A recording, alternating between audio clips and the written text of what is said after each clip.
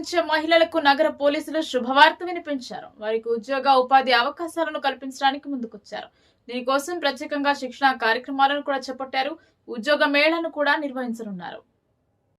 జనవరి 3వ తేదీన అంబర్పేట్ పీటీసీలో ఉద్యోగ మేళా శిక్షణ కార్యక్రమాలను నిర్వహించబోతున్నట్లు వెల్లడించారు.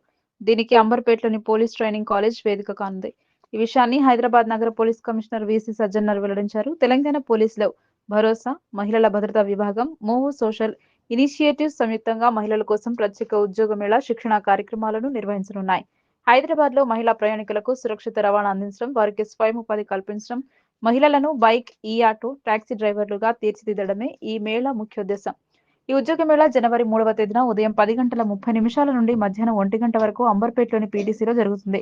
ఇందులో బైక్, స్కూటర్, ఈ ఆటో డ్రైవింగ్ లో ఉచిత శిక్షణ అందిస్తారు. మహిళా ట్రైనర్ల ద్వారా ఉద్యోగ నైపుణ్యాలు, భద్రతకు సంబంధించిన శిక్షణను కూడా కల్పిస్తారు. శిక్షణ పూర్తి కాగానే లైసెన్స్ సౌకర్యం, అలాగే 100% ఉద్యోగ ప్లేస్మెంట్ కు హామీ ఇస్తారు. ఉచిత డ్రైవింగ్ శిక్షణ, లైసెన్స్ జారీలో సహకారం అందిస్తారు. డ్రైవింగ్ అనుభవం లేకున్నా దరఖాస్తు చేసుకోవచ్చు. మహిళలకు 3 నెలల పాటు మెంటర్షిప్, కౌన్సిలింగ్ తో పాటు వాహనాల అద్దె, రుణ సదుపాయాన్ని కూడా అందిస్తారు. 21 నుండి 45 సంవత్సరాల వయసు గల మహిళలు దీనికి అర్హులు. డ్రైవింగ్ లో అనుభవం కూడా అవసరం లేదు. ఇప్పటికే డ్రైవింగ్ లైసెన్స్ ఉన్నవారు వాటిని తీసుకురావచ్చు. ఈ జాబ్ మేళాకు హాజరు కావాలనుకునే వారు తప్పనిసరిగా ఆధార్ కార్డును తమ వెంట తీసుకుని రావాల్సి ఉంటుంది. ఈ జాబ్ మేళా కోసం తమ పేర్లను నమోదు కోసం 8978862299 నంబర్ను సంప్రదించాలని సజ్జనార్ సూచించారు. రంగారెడ్డి పట్టణంలో జిల్లా కాంగ్రెస్ పార్టీ ఆఫీసులో కాంగ్రెస్ పార్టీ 140వ ఆవిర్భావ దినోత్సవం సందర్భంగా కాంగ్రెస్ పార్టీ జెండాను టీపీసీసీ వర్కింగ్ ప్రెసిడెంట్ జగ్గారెడ్డి, జిల్లా అధ్యక్షులు నిర్మలా జగ్గారెడ్డి ఆవిష్కరించడం జరిగింది. ఈ సందర్భంలో టీపీసీసీ వర్కింగ్ ప్రెసిడెంట్ జగ్గారెడ్డి మాట్లాడుతూ దేశానికి స్వాతంత్ర్యం తెచ్చిన పార్టీ అన్నారు. దేశ నిర్మాణంలో ఎంతో మంది కాంగ్రెస్ నాయకుల ఆస్తులు, ప్రాణాలు సైతం లెక్క చేయకుండా ముందుకు వెళ్లారని అన్నారు. 140 ఏళ్ల చరిత్ర కలిగిన గొప్ప పార్టీ అన్నారు. ఈ రోజులో బీజేపీ పార్టీకి సంబంధించిన సోషల్ మీడియాలో కాంగ్రెస్ పార్టీపై దుష్ప్రచారాలు, కాంగ్రెస్ నాయకుల ఫోటోలు మార్పింగ్ చేసి యువతను తప్పుదోవ పట్టిస్తున్నారని, యువత వారి కుట్రను గ్రహించాలని అన్నారు. ఇట్టి కార్యక్రమంలో నియోజకవర్గ కన్వీనర్ ఆంజనేయులు, సిడిసి వారికి రామరెడ్డి, బ్లాక్ కాంగ్రెస్ అధ్యక్షులు రఘుగౌడ్, ఆత్మ కమిటీ చైర్మన్ ప్రభు, సదాశివపేట్ మండల అధ్యక్షులు సిద్దన్న, సంగారెడ్డి పట్టణ అధ్యక్షులు జార్జ్, బుచ్చిరాములు, నరసింహారెడ్డి, నాయకులు కూన సంతోష్, కిరణ్ గౌడ్, మహేష్, శ్రీకాంత్ గౌడ్, బలవంత్ రెడ్డి, అనిల్ చారి తదితరులు పాల్గొన్నారు. इंडिपेंडेंस आया, देश का जो ब्रिटिश वालों को हकाल दिया महात्मा गांधी जी,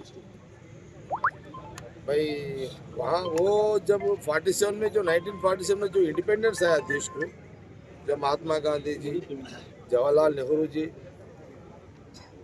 भाई वो लोगों का जो लाइफ सैक्रिफाइस है उन लोगों का, भाई महात्मा गांधी जी तो अभी जवाहरलाल नेहरू तो 12 साल 13 साल तो जेल का जिंदगी गुजारे ना इंडिपेंडेंस के लिए।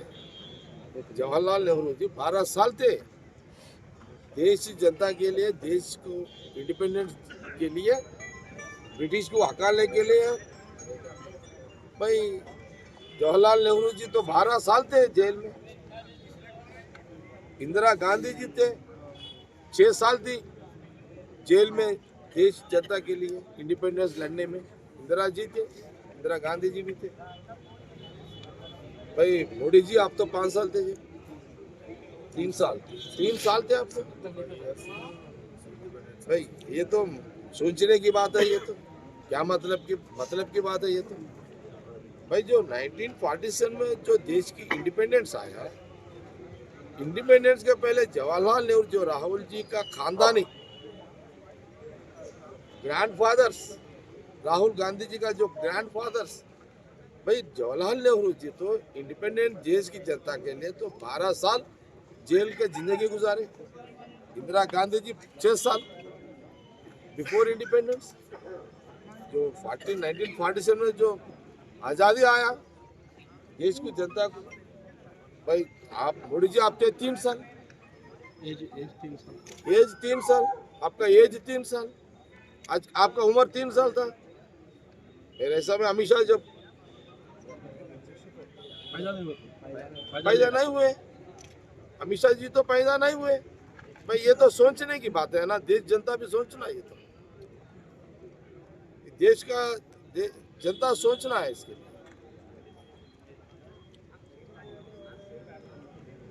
मोदी जी 3 साल थे, अमित शाह जी पैदाइश नहीं हुए। भाई आप लोग का तो जवाहरलाल नेहरू जी के लिए आप पार्लियामेंट में कुछ किया नहीं बोल के आप बात कर रहे हैं। भाई ये देश जनता तो सोचो तो भाई प्रधानमंत्री मोदी जी अमित शाह जी सोचने में नहीं है। वो लोग को हुकूमत चाहिए, कोई जीनो कोई मरे कोई जीन जो। हाँ, मोदी जी को तो होना, बीजेपी को तो होना, हुकूमत होना। देश जनता की जरूरत नहीं है लोगों को, बस देश जनता की जरूरत, देश जनता के लिए सोचने का खानदान ही है राहुल गांधी का। जो ग्रैंड फादर्स जो उनका नानी भी थे इंदिरा जी, भाई वो लोग तो कुर्बान तो कर दिए देश जनता के लिए। आप तो भाई आप सोचो, मोदी जी अमित शाह जी बीजेपी नेता कोई भी थे, कोई पैदा भी नहीं हुए।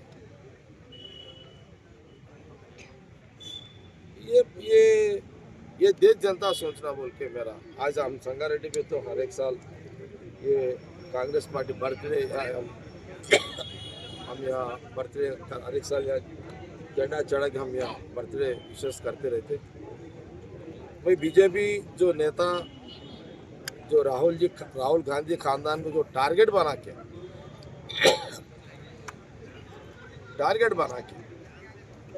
वो खानदानी को टारगेट बना के जो देखो पार्लियामेंट में देश जनता के कैसे जी रहे, देश जनता में कैसे जी रहे, क्या हाल है, वो लोगों का क्या तकलीफ है, उसके लिए चर्चा चलना।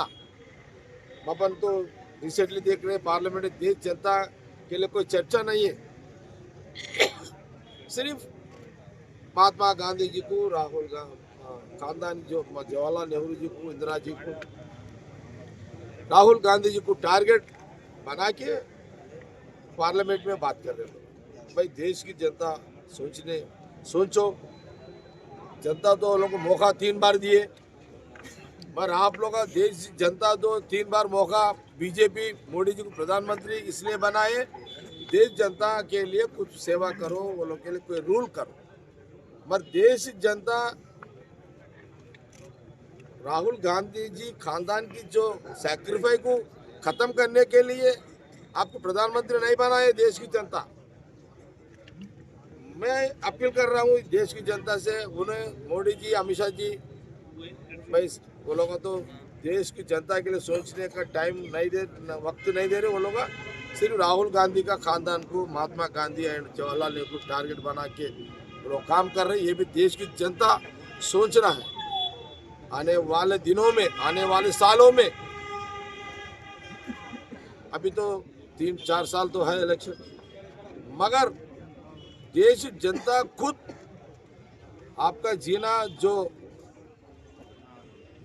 ठीक रहना, अच्छा जीना चाह रहे, जो गवर्नमेंट की तरफ से जो फायदा लेना चाह रहे देश की जनता, वो अमल होना बोल तो सिर्फ राहुल गांधी जी प्राइम मिनिस्टर बनना है।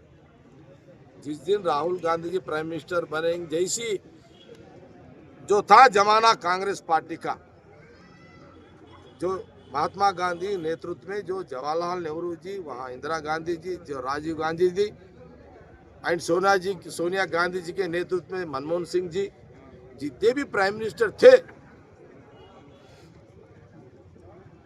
उतना साल तो देश की जनता के लिए, देश में आज तक जो भी है, जो भी हुआ, वो राहुल गांधी का खानदानी करे। भाई मैं ये सवाल पूछना चाह रहा हूँ, भाई आप तो सवाल कर रहे हैं कांग्रेस पार्टी को, सोनिया गांधी जी को टारगेट बना रहे, सोनिया जी को, प्रियंका जी को, राहुल गांधी तो बड़ा टारगेट बना दिया आप तो। ये टारगेट का पॉलिटिक्स चल रहा, देश की सेवा पॉलिटिक्स, देश सेवा के लिए पॉलिटिक्स नहीं चल रहा, टारगेट के पॉलिटिक्स चल रहा है यहाँ तो। जैसा राहुल गांधी जी आने सालों का जो इलेक्शन है, भाई राहुल गांधी जी देश की, जैसा इंदिरा गांधी जी का जैसा रूल था, वो खानदान के जैसा वो लोग पावर रूल किए जनता के लिए, वैसा दिन आना बोले तो ये देश जनता सोचना है राहुल गांधी जी को 300 पार्लियामेंट सीट से उनको प्रधानमंत्री बनाना, वही दिन अच्छा होगा देश जनता के लिए। ये देश जनता सोचो बोल के मैं मीडिया के सामने से जनता के मैं अपील करता हूं। धन्यवाद। 10 ఏళ్లలో ప్రజాస్వామ్యాన్ని ఖూనీ చేసి బూత్ పురాణాన్ని పరిచయం చేసింది మీరు కాదా అని కాంగ్రెస్ ఎమ్మెల్సీ బల్మూరి వెంకట్ పేర్కొన్నారు. సీఎం రేవంత్ రెడ్డిని అంత మాట అనడం సిగ్గుచేటు అని కేటీఆర్ ను ఉద్దేశించి వ్యాఖ్యానించారు. తోలు తీస్తా అని మీ నాన్న వ్యాఖ్యలు చేయడం వల్లనే మీ సీఎం రియాక్ట్ అయ్యారు. ఆంధ్ర వాళ్లపైన మా ముఖ్యమంత్రి ఎలాంటి వ్యాఖ్యలు చేయలేదు. నువ్వు గుంటూరులో చదువుకొని అమెరికాలో ఉద్యోగం చేశావు. తెలంగాణ గురించి నీకు ఏం తెలుసని మాత్రమే సీఎం అన్నారు. జగన్ ను ప్రగతి భవన్ కు పిలిపించుకుని విందులు ఇచ్చింది మీరు కదా. పోతిరెడ్డి పాడుకు ఒక్క పెట్టుకుని ఏపీ నీళ్లు తరలించుకుపోయినప్పుడు మీరు మాట్లాడారా? అసలు నువ్వు ఏం మాట్లాడుతున్నావో నీకు అర్థమవుతుందా కేటీఆర్? తెలంగాణ వాదంతో మీకు ఓటు వేస్తే రాష్ట్రాన్ని అడ్డగోలుగా దోచుకున్నారు. భీమవరం బుల్లోడు ఎవరో వీడియోలు బయటకు వస్తున్నాయి. మా పార్టీ తెలంగాణ రాష్ట్ర సమితి కాదు, తెలుగు రాష్ట్ర సమితి. నేను భీమవరంలో పోటీ చేస్తానని గతంలో నువ్వు మాట్లాడలేదా? ఇప్పుడు తెలంగాణ సెంటిమెంట్ ను రగిలించాలని చూస్తున్నావా? Assembly, parliament, cantonment, Jubilee sarpanch ఎన్నికల్లో మీకు ఇప్పటికే బుద్ధి చెప్పారు. భవిష్యత్తులో ఏ ఎన్నిక వచ్చినా తెలంగాణ ప్రజలు తగిన శాస్తి చేస్తారు. మీరు దీంట్లో ఆపకపోతే మా వైపు నుంచి కూడా రియాక్షన్ చూడాల్సి వస్తుంది. మాటకు మాట జవాబిస్తాం. మీరు మీ నాన్న భాష మార్చుకోవాలని వెంకట్ చెప్పారు. అరే కేటీఆర్, తెలంగాణ ప్రజలు నీకు సిగ్గు చెప్పినాక కూడా, చెప్పుతోటి కొట్టినా కూడా నీకు సిగ్గు లేకుండా ఉద్దేశపూర్వకంగా ముఖ్యమంత్రి గారి పైన నోటికి వచ్చినట్టు మాట్లాడుతున్నావు.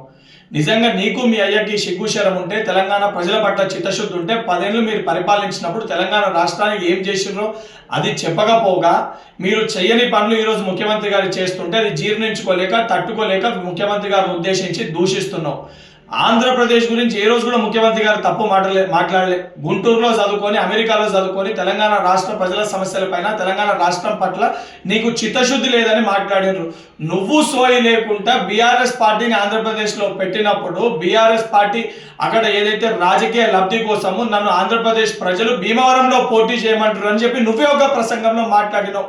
ఈరోజు సిగ్గు లేకుండా ముఖ్యమంత్రి గారి వ్యక్తిగత జీవితం గురించి, ముఖ్యమంత్రి గారి యొక్క చరిత్ర గురించి మాట్లాడుతున్నావు. నీది మీ అయ్య చరిత్ర ఏంద్రా నాయన? మీ కె చంద్రశేఖర్ రావు అలియాస్ దుబాయ్ శేఖర్, మీ అయ్యకి దుబాయ్ శేఖర్ అనే పేరు ఎందుకు వచ్చింది? ఈ రోజు కూడా గూగుల్లో దుబాయ్ శేఖర్ అని కొడితే pet name, nick name of K Chandrashekhar Rao అని వస్తుంది.